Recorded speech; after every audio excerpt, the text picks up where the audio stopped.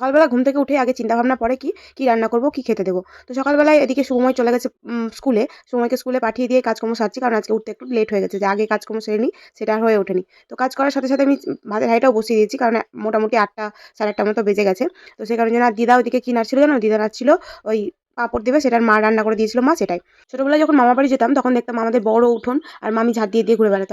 আমারও খুব ইচ্ছা করতো, আমিও মাঝে মধ্যে ঝাড় দিতাম। আমার শ্বশুর বাড়িতেও উঠোন নেই, বাপের বাড়িতেও উঠোন নেই। কিন্তু এই যে আমার এই ছাদ দুটো দেখতে পাচ্ছ, আমার উঠোনের স্বাদ পূরণ করে দেয়। এদেরকে রোজ দুবেলা করে ঝাড় দিতে, দিতে আমার কোমর শেষ। সে যাই হোক, একা আমি ঝাড় দিই না, সবাই মিলেই ঝাড় দিই। তারপর মাকে জিজ্ঞেস করলাম কি রান্না করব?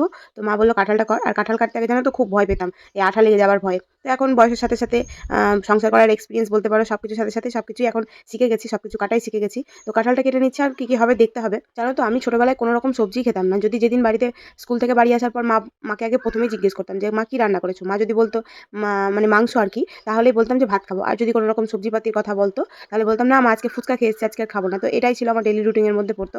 আর এখানে দেখতে পাচ্ছ পুঁই মুচুরি। এটা one of my favourite food বলতে পারো। আমার তো খুবই ভালো লাগে। কার কি ভালো লাগে আমি জানি না। পেঁয়াজ আর আলু দিয়ে ভাজা করি। আর এই পুঁই মুচুরিগুলো কোথা থেকে এসেছে জানো? ফুলিয়া থেকে। ফুলিয়া থেকে বলতে আমি যাকে পড়াতে যাই তার দিদাবাড়ি ফুলিয়ায়। তো ওই দিদাই পাঠিয়েছে। মানে বড় মা হচ্ছে আমার আরকি।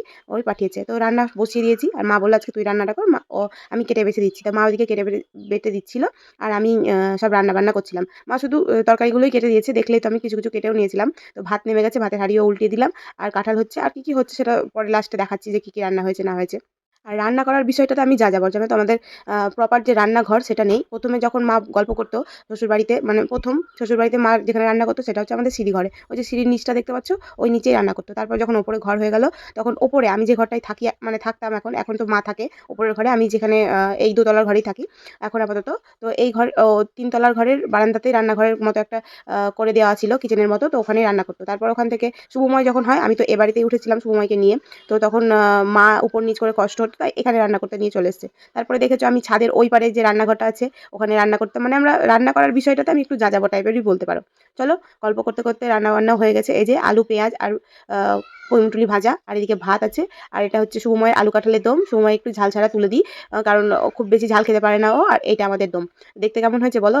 আর এই যে করলা ভাজা, একটু আলু দিয়েছিলাম আমার পছন্দ বলে। আর এই যে পাঁপড় ভাজা, মশলা পাঁপড়, যেটা আমার ওয়ান অফ মাই ফেভারিট। মানে আমার খুব ভালো লাগে খেতে। আমি শুধু মুখে বসে, বসে খেয়ে নিই।